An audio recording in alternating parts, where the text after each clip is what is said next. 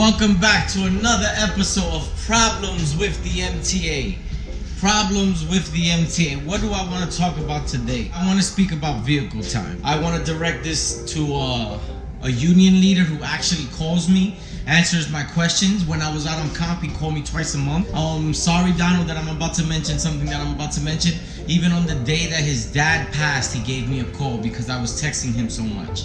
And even on such a hard day, he called me. And to all my bussies who follow me, that's what you guys are called, I think. They have a terminology for you guys. You should follow Donald Yates too. I'm gonna link them below. Why? Because I speak from the job, from the experiences I went through, and my opinions. This is a union leader that he speaks about the things that are actually going on with facts. He sits in the meetings for our contracts. So you guys like everything about the MTA. You love the buses, you love the terminology, you love all that stuff. If you want to know the real hard facts of certain things, you can listen to him. Today I'm doing run 22 on the M10. Today's Saturday. Saturdays are easier days. So what the MTA does is that they extend your trips. So I get 51 minutes basically from 57th Street to 157th Street. There's 40 bus stops that I have to stop in. Every 2.5 blocks, I have a bus stop. So what do I mean about vehicle time? On days like this, it's easier to be out here. You have less time and you fly more. When I was looking at the paddle, I have a very easy run today. It's about 8 hours. I start at, let's be exact,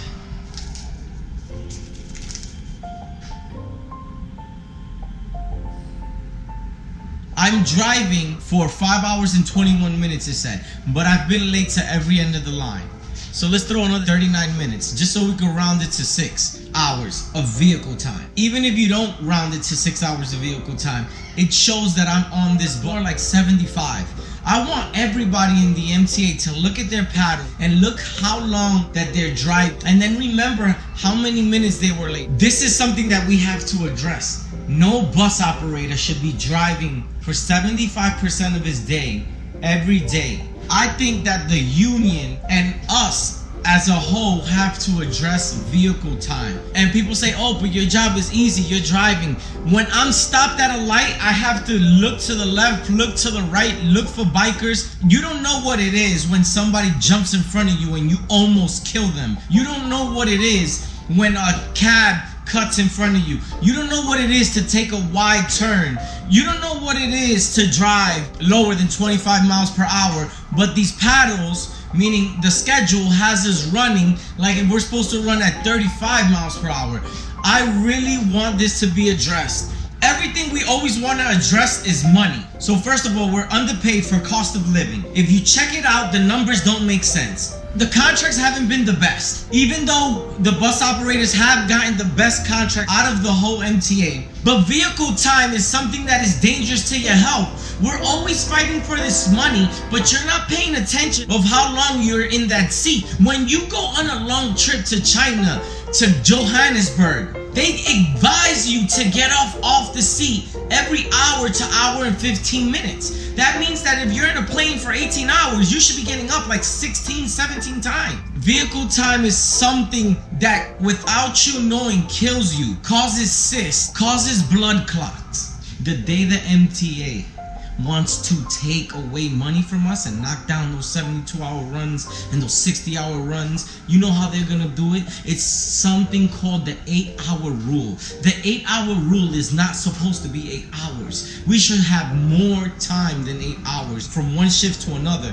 And if you guys don't want to admit that, you don't have to.